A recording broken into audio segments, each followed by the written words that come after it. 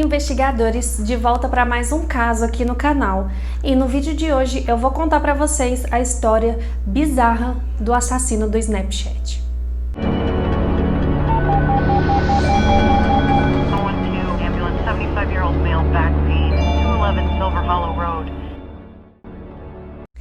Não se esqueça de se inscrever aqui no canal e ativar o sininho para você não perder nenhum caso novo que eu ainda vou trazer por aqui.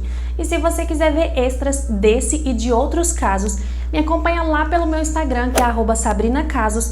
Lá eu trago muitas novidades e tudo sobre o universo True Crime. Nesse caso, estão envolvidas duas meninas. Abigail Williams, de 13 anos, que era descrita como uma menina doce, tímida e brincalhona, e a Liberty German, de 14 anos. Segundo os avós da Liberty, ela era uma menina muito esperta e ela queria trabalhar com o FBI para ajudar pessoas. As duas meninas eram muito amigas. Elas moravam na cidade de Delphi, Indiana, aquela típica cidade pitoresca onde todo mundo se conhece. Em 14 de fevereiro de 2017, elas pediram para a irmã da Liberty para que elas pudessem ir na Monorail Bridge, que era como uma ponte, que é como se fosse um ponto turístico na cidade. Elas queriam ir até lá para tirar algumas fotos. Sim, foi feito e elas foram deixadas lá por volta da 1h da tarde e ficou combinado que o pai da Liberty buscaria elas às 3 horas da tarde no começo dos trilhos. Era uma segunda-feira, então o local estava bem vazio. As meninas inclusive estavam de folga da escola, uma situação atípica. Por volta das 3 da tarde, como combinado, o pai da Liberty pegou o caminho para ir buscá-las e ele ligou para ela para avisar que estava indo. No entanto, ninguém atendeu. Até então ele achou normal e ele ligou para alguns familiares para que tentassem entrar em contato com a menina, mas ninguém conseguiu também. Ao chegar lá, ele percorreu todo o trilho e como ele não viu o sinal das meninas, ele ligou para os familiares e começou a ficar realmente preocupado e pediu para que alguns fossem lá ajudá-lo na busca. Até as 5h30 da tarde, eles não tiveram sinal nenhum das meninas, então eles resolveram acionar a polícia. Logo a notícia se espalhou pela cidade ser pequena, então muitos voluntários apareceram. Quando foi anoitecendo, eles tiveram que encerrar as buscas naquele dia, porque era muito mato em volta da ponte e eles não conseguiriam continuar dali. Mesmo assim, alguns voluntários ainda ficaram e tentaram achar alguma coisa.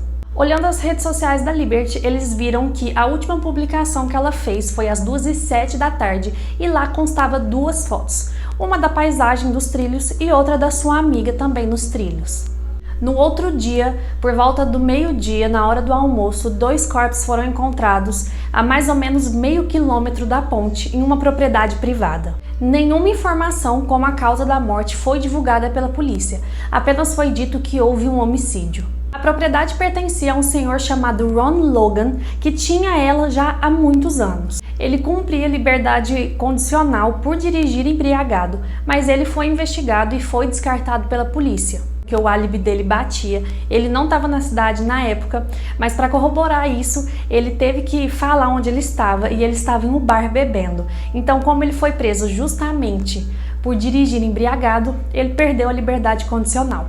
Mas ele ajudou muito a polícia. Ele explicou que aquela área da propriedade privada dele era de difícil acesso, ainda mais para carregar 2 corpos. Então, provavelmente as meninas foram obrigadas a ir andando até lá. E que a pessoa provavelmente morava na cidade, porque precisava conhecer o lugar. E só alguém que morasse no local saberia que, ao chegar no final da ponte, a pessoa deveria retornar pelo caminho de onde veio, porque depois dali era só floresta e propriedade privada. No dia 15 de fevereiro, a polícia liberou a foto de um homem muito agasalhado, com chapéu. Foto tirada pelo Snapchat da Liberty. Primeiro, a polícia havia dito que ele só queria conversar sobre o que esse homem podia ter visto, mas alguns dias depois emitiu um alerta como principal suspeito. Essa descoberta ocorreu devido a uma gravação de áudio achado no celular da Liberty, onde era possível ouvir um homem dizendo: "Desçam a colina". Além desse áudio, também tinha um em que as meninas falavam que tinha alguém perseguindo elas, mas esse áudio não foi divulgado pela polícia. A polícia concluiu então que a Liberty tinha deixado o celular gravando no bolso e que elas perceberam com antecedência a movimentação estranha e tiveram a ideia de gravar. Toda vez que eu vejo esse caso eu me arrepio porque eu fico imaginando o quanto essas meninas não ficaram assustadas ao perceberem que estavam sendo seguidas e tiveram assim a maturidade de pensar em gravar para que, seja lá o que tivesse acontecido, o que fosse acontecer, elas ajudassem a polícia a descobrir. Em abril de 2019, a polícia soltou um vídeo de mais ou menos 1 segundo que mostra o suspeito andando pela ponte.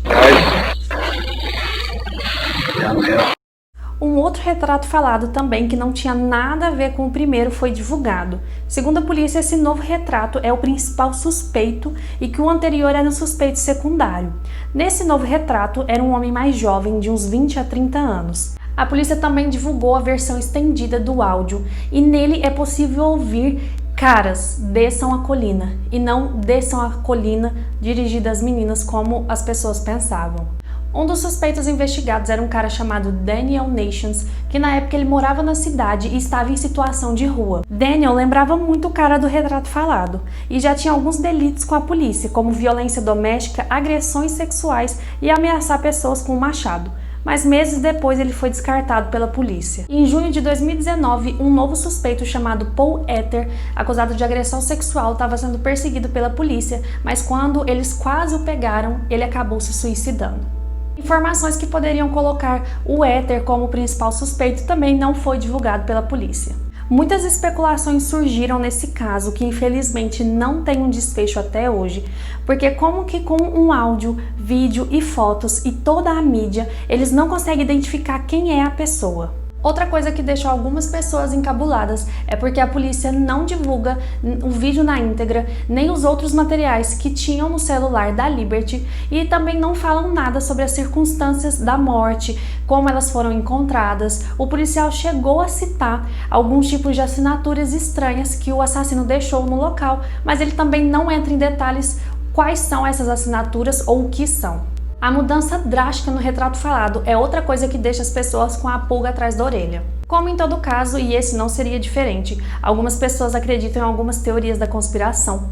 Acreditam que os policiais sabem quem é o assassino, mas que ele pode ser alguém influente na cidade, ou que pode ser até alguém num comando policial, e por isso eles estão acobertando eles. Algumas pessoas acreditam que a polícia somente está guardando a informação para não aparecer falsos culpados em busca de fama, e que eles agem certo para não deixar informações vazarem, o que só atrapalharia mais ainda na investigação. A polícia afirma que tem em torno de 8 agentes trabalhando sem parar no caso e que eles estão coletando informações. A cidade não esqueceu esse caso até hoje, a ponte estava fechada e eles continuam deixando flores na entrada para lembrar a memória da Abigail e da Liberty. Apesar da investigação continuar até hoje, nada foi descoberto, quem é o cara do vídeo, como aconteceu, por que aquela pessoa fez isso. Bom, eu espero vocês no nosso próximo caso criminal para a gente investigar mais. E se vocês não se inscreveram ainda no canal, não se esqueçam de se inscrever e ativar as notificações para não perder nada por aqui. E vem conversar comigo lá no meu Instagram, @SabrinaCasos. Um beijinho e até o próximo caso.